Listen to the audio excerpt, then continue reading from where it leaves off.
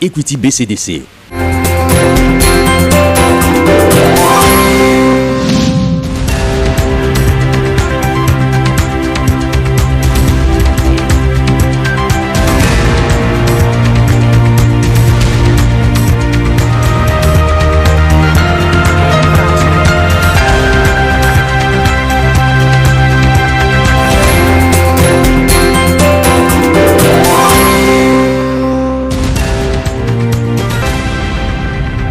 Bonsoir à tous et merci de continuer avec nous, cette fois-ci avec l'économie au sommaire des titres. Un nouveau produit est sur le marché, il s'agit des Moissipreneurs, un nouveau produit d'Access Bank qui va aider pas mal de femmes entrepreneurs à s'acquérir de bonnes choses et surtout à faire tourner leurs affaires. Le détail, vous le recevrez dans ce journal.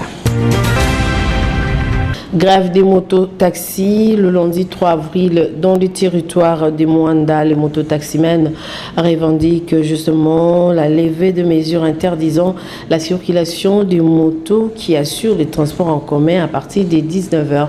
Les détails avec notre correspondant sur place, Carlis Kalwangila. Une journée sans la circulation des motos a été observée ce lundi 3 avril dans l'ensemble de la cité côtière de Moanda. Et pourtant, la moto est la seule mobilité de transport en commun dans cette cité située au bord de l'océan Atlantique, dans la partie ouest de la province du Congo central. Pour cause, les motards appelés communément les Wewa, faisant les transports en commun, sont montés au créneau pour réclamer la levée de mesures interdisant la circulation des motos à partir de 19h, mais aussi dénoncer les mauvais comportements et la tracasserie de la part des hommes en uniforme qui profitent derrière ce mesure pour interpeller violemment ces motocyclistes même pendant 19h. Rappelons que ces mesures ont été prises par les autorités provinciales pour faire face à la recrudescence de l'insécurité de plus en plus grandissante dans les territoires de Moanda. Pour ces motocyclistes, malgré l'instauration de toutes ces mesures, mais cela n'a pas réduit les taux de criminalité dans cette partie de la province. Ces usagers de la route faisant les transports en commun dans la cité de Moanda disent ne sont pas contre les mesures qui visent leur sécurité, mais par contre les autorités doivent revoir l'ère de l'interdiction de circulation des motos, car les motos sont les seuls moyens de déplacement dans cette cité côtière. Depuis le territoire de Moanda, Carlis Kalwangila, Antenne A.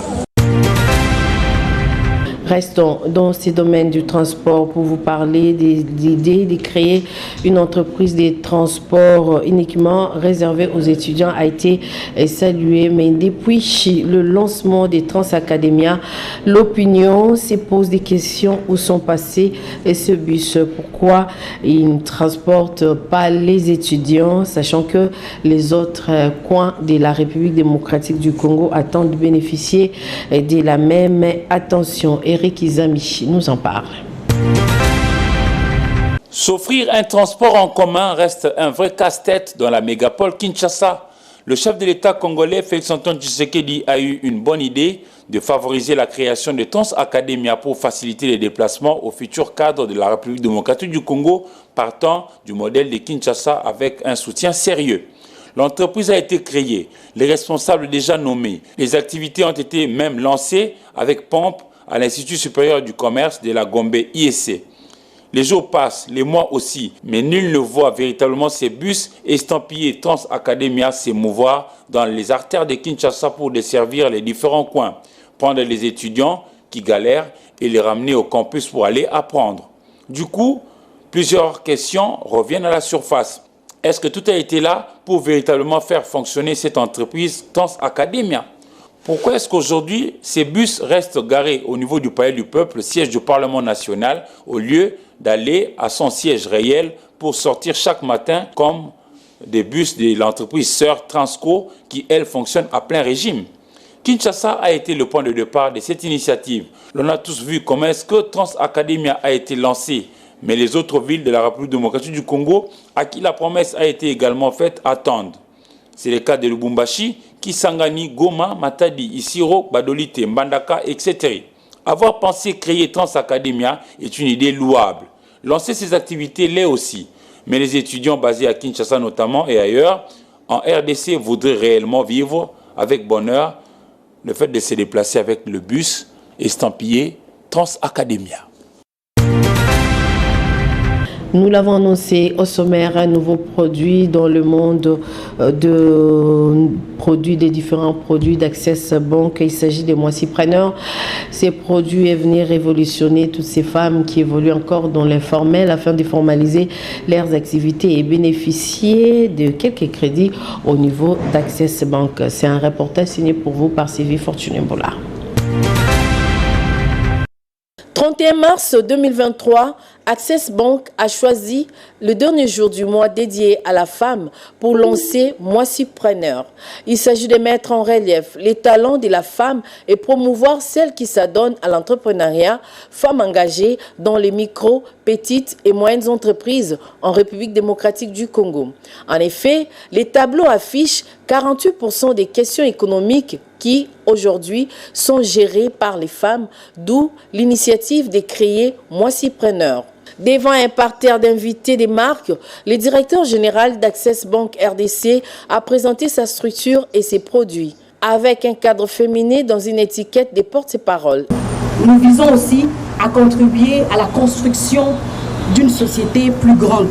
Occasion pour le directeur commercial d'Access Bank de plancher sur les caractéristiques liées aux produits dénommés Moissipreneur. La particularité de ce service est d'abord, nous donnons des taux d'intérêt spéciaux réduits pour les femmes, pour les encourager. Deux, nous allons organiser un système de réseautage, d'accompagnement, aussi bien dans la formation que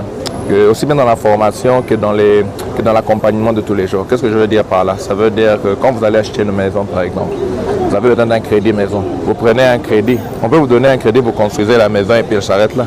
Mais on peut aussi vous donner un crédit et vous accompagner à ce que la personne qui construit votre maison puisse la construire et vous remettre une clé en main. Ouais. Cet accompagnement-là supplémentaire que nous apportons, c'est ça la différence que nous apportons dedans.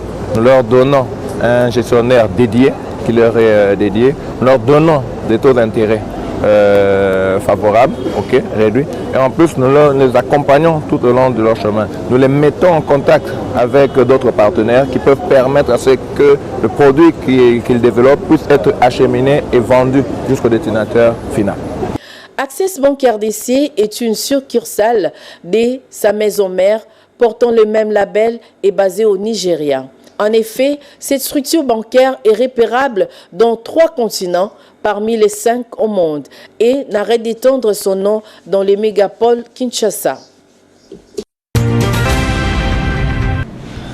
Restons dans ces chapitres des femmes entrepreneurs pour vous parler de cette nouvelle 45 femmes entrepreneurs formées par l'INES, Institut national des statistiques et CAFCO sous l'égide de l'ONU Femmes dans le cadre du projet d'appui au développement des micro, petites et moyennes entreprises, pas d'un PME. Ils ont bénéficié de la formation et également ont reçu le vendredi 31 mars 2023 des téléphones Android pour alimenter la base des données du gouvernement et disséminer les lois favorables à l'entrepreneuriat féminin en République démocratique du Congo. Tout s'est déroulé à la paroisse Notre-Dame de Fatima à la Gombi. C'est un reportage signé pour vous par Patrick Polidon Gaziami et Josiane Bédébélé. Après avoir suivi une formation organisée par ONU Femmes sur comment alimenter la base de données et comment disséminer la loi en faveur de l'entrepreneuriat féminin, 45 bénéficiaires, constitués essentiellement des femmes entrepreneurs, ont reçu des téléphones Android dans le cadre du projet d'appui au développement des micro, petites et moyennes entreprises, pas d'MPME.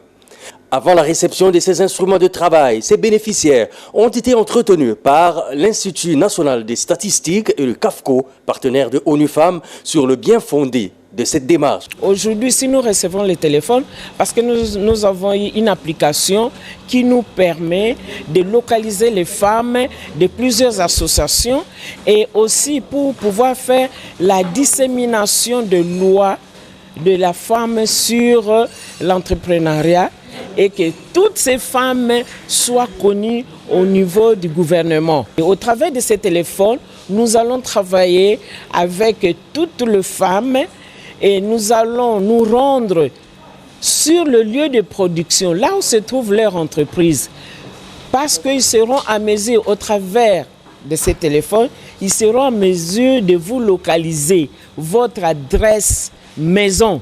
Il faut retenir que les encodeurs ont été formés par l'Institut national des statistiques et les sensibilisateurs par CAFCO, qui a le rôle de disséminer les lois favorables à l'entrepreneuriat féminin, activité qui se fera désormais par digitalisation. Les téléphones distribués sont propriété du gouvernement congolais. Ils seront restitués plus tard après avoir servi à l'alimentation de la banque des données sur les activités des femmes entrepreneurs et à l'assimilation des lois favorables à l'entrepreneuriat des femmes. Car chaque bénéficiaire a signé un acte d'engagement qui l'y oblige.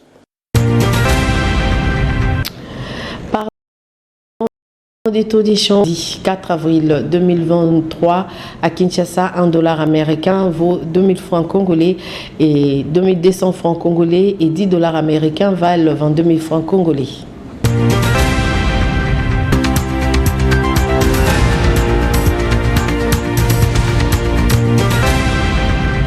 C'en est fini pour ce soir. Mesdames et messieurs, merci de nous avoir suivis. Le prochain rendez-vous pour Économie, c'est le vendredi. D'ici là, portez-vous bien et surtout, bonne suite des programmes sur la chaîne des références Antena. Au revoir. Ce journal est sponsorisé par Equity BCDC.